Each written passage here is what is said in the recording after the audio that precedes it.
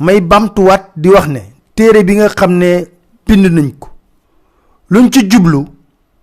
mooy may doomu sénégalais yi ku nekk mën a xam coow li amoon ci rapport bu kudd lan moo nekkoon ci rapport bu OFNAC defoon ku nekk nag bu ko xoolee ba pare mooy xam lum ciy jàngat ku nekk bu ko xoolee ba noppi nag mooy xam lum ciy jàngat ñun sukkandiku nañ ci rapport boo xam ne OFNAC moo ko génne coow li bari ci lool te Sénégal dafa am lu ñu tënk mu nar a yàq réew mi maanaam ñaawteef da fiy am ñu ne amul solo ndax mbamb du fa weesu weer te loolu mu doon wareef ci taskatu xibaar yépp ñuy duut baaraam li nga xam ne jaaduwul su nekkee ne dañoo namm am réew moo xam ne day nekk ci état de droit ci démocratie ci bonne gouvernance ci yorin wu sell wareef nag boo ko deful du la wàcc loolu moo nekkoon kàddu yu njëkk yoo xam ne bëggoon nañ ko ubbee suñu waxtaanu tey coow li nag bari na waaye ñuy sant yàlla ba ñu amee ay mag ñoo xam ne dañuy woo saa su ne di waxtaan ak ñun waxtaanu biir néeg ndax kilifa gu mag lool daf ma woo ba ma ñëw mu ne ma bu nekkee ne mbott wala golo gu jóg nga tàccu léegi say loxo booy maanaam bu nekkee ne ku wax rek kàddu gu ñaaw jëmale ko ci yow nga tontu léegi fi mu nekk nii ñu min sa xuloo te wolof dafa am lu muy léebu ku min sa xuloo yàpp la ndax waxoog ñoom duñu yow doo ñoom ku gis mbott mu tëb wala golo gu tëb rek nga tàccu boo yàggee sa loxo yi booy rax ci dolli suñu kilifa Al Maktoum am na lum daan wax ci yenn xeetu mag ñiy wax ma dégtal leen kàddu Al Maktoum yooyu la yàlla ko yonenti wattu la waanitu mag ñu bon ñi bu ñu sañoon ñépp di bandi comme ñoom ni ko seen mantu yu rëy yi ak seen bot yu rafet yi ak seen caqi wurus yi ak seen kaala yi bu ñuy jaar ci mbedd mi nit ñi ragal leen di leen rukkul ñépp ay bandi grand chemin lañu ni ko bu ñu sañoon nag ñépp di bandi comme ñoom mu ni ko xam nga ni lii génn ci seen gémmiñ ci lu ñaaw dootul kàddu lii génn ci seen gémmiñ ci lu ñaaw dootul kàddu mu ni ko meññentu mbañeel ni ci seen dënn la ñu gëq mu ni ko te garab ya ko sax ya ko meññ ñu nga ci dënn ya waaw Dakar Matin beneen bi Al Maktoum yokkaat ci leneen lu am solo ci débat d'idées ndax nag wax du ñëpp ko war a def am na ñoo xam ne nag faaw ñu wax ndax dañ leen ngalab mënuñoo bañ a wax de faaw ñu wax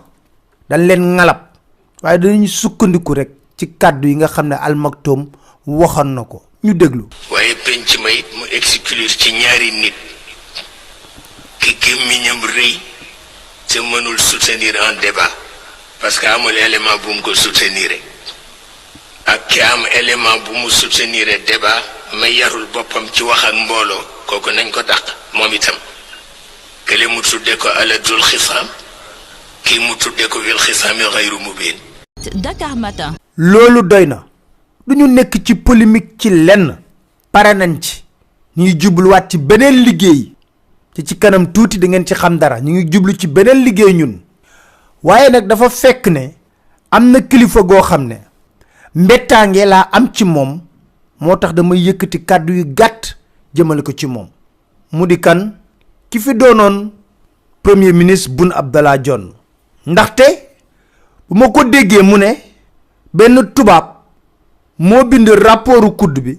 dama tiit dama ne lan moo ko dal mbaadu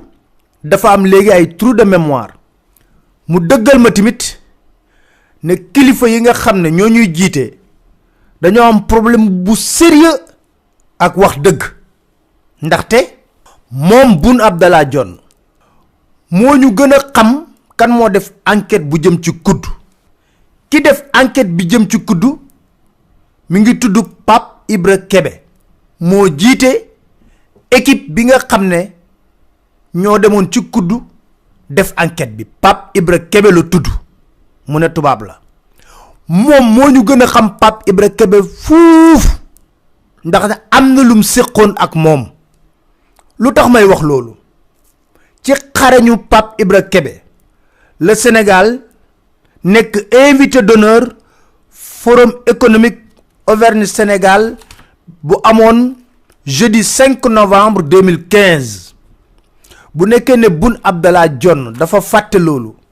ma fàttali ko lettre bi nga xam ne moom lañ ko jébbaloon te ca booba Pape Ibra Kébé mi ngi nekk OFNAC dem Clermont-Ferrand di jàppale Sénégal ngir ñooñu wëlbatiku jàppale Sénégal ci li nga xam ne moo jëm ci PSE Mohamed Boun Abdallah Dionne jébbal nañ la lettre le 29 septembre 2015 objet invitation au forum économique Auvergne-Sénégal jeudi 5 novembre à Clermont-Ferrand en France. Monsieur le Premier ministre,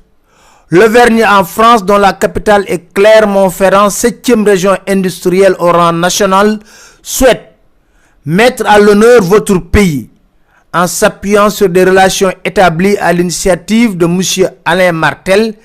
délégué régional du groupe EDF, avec un certain nombre de hauts décideurs du Sénégal, à l'occasion de déplacements à Dakar en 2014. En effet, avec le soutien de l'ambassade du Sénégal en France, l'Agence régionale de développement économique d'Auvergne organise le jeudi 5 novembre 2015 le premier forum économique Auvergne-Sénégal à Clermont-Ferrand. À cette occasion, le plan Sénégal émergent sera valorisé auprès de décideurs institutionnels et économiques de premier plan en Auvergne. Monsieur Pape Ibra Kébé vous a présenté cet événement en audience le 28 août dernier.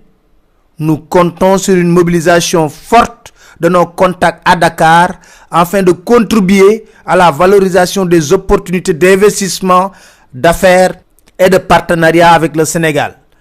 Cette action constitue un premier pas et marquera, nous l'espérons, une étape importante dans l'établissement de coopération entre nos deux pays. Loolu Boun Abdallah Dionne jot nga ko le 29 septembre 2015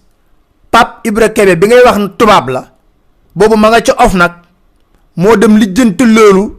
ba mu mën a am nga jëloon ko audience yow le 28 août nga ko jël audience mu wax la lu nekk ci événement bi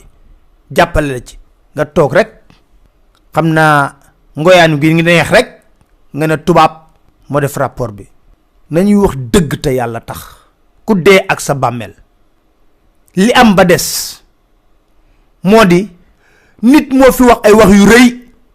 suñu maam Serigne Abdou Lahad Mbacké na gor bu waxee ren ba déwén te kàddu gu changé wul jàppal na kooku gor pire la waay président Macky Sall lépp lu ñu wax inventé luñ ko kàddoom la moom ci boppam moo nañu bés bu nekkee fi nga xam ne moo di palais de la République dina fexe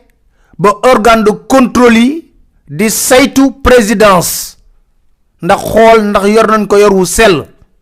ñu déglu ay kàddoom. Il y aura une transparence même au niveau des comptes de la présidence de la République parce que je permettrai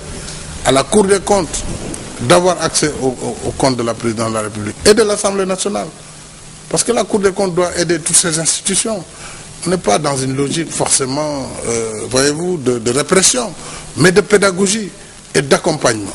Et cela nous permettra d'améliorer nous-mêmes notre gouvernance. Et à partir de ce moment, tous les autres sauront qu'ils seront audités. Si le président lui-même, ses comptes sont audités, à fortiori, un ministère ou une agence, tout cela va aider dans la gouvernance globale du pays. Et cela va donner l'assurance aux partenaires. Et c'est cette assurance qui va relancer l'investissement. Je crois que la meilleure façon de donner les assurances, c'est de dire que mes comptes seront audités. Si la présidence elle-même voit ses comptes audités par la Cour des comptes annuellement, elle dira, Monsieur le Président, ici, cette année, il y a eu débordement par là, il y a eu mal donne par ici, il y a eu ceci, il y a eu cela. Mais des mesures immédiates de correction seront prises. Et à partir de ce moment, je vous dis, si les comptes du président sont audités, mais tous les autres vont faire très attention dans la gestion, que ce soit la primature, les ministères, les agences. Dakar Matin. may laaj est-ce que ba mu toogee ba tey jii am na benn corps de contrôle bu am fit dem xool budget présidence ndax jaar na yoon wala jaarul yoon ndax nañ ko yoree jaar na yoon wala jaarul yoon nañu ci tontu 2012 ba léegi laay laajte ñu ne déetawaay mu ne moom bu nekkee président organe de contrôle yépp dina leen dooleel ay kàddoo ma ngi nii. Mes chers compatriotes, s'agissant de la gouvernance économique, je serai toujours guidé par le souci de transparence et de responsabilité dans la gestion vertueuse des affaires publiques. Je mets à ma charge l'obligation de dresser les comptes de la nation et d'éclairer l'opinion sur l'état des lieux. Je compte restituer aux organes de vérification et de contrôle de l'État la plénitude de leurs attributions. Dans le même sens, l'assainissement de l'environnement des affaires et la lutte contre la corruption et la concussion me tiennent particulièrement à cœur. À tous ceux qui assument une part de responsabilité dans la gestion des deniers publics, je tiens à préciser que je ne protégerai personne. Je dis bien personne. J'engage fermement le gouvernement à ne point déroger à cette règle.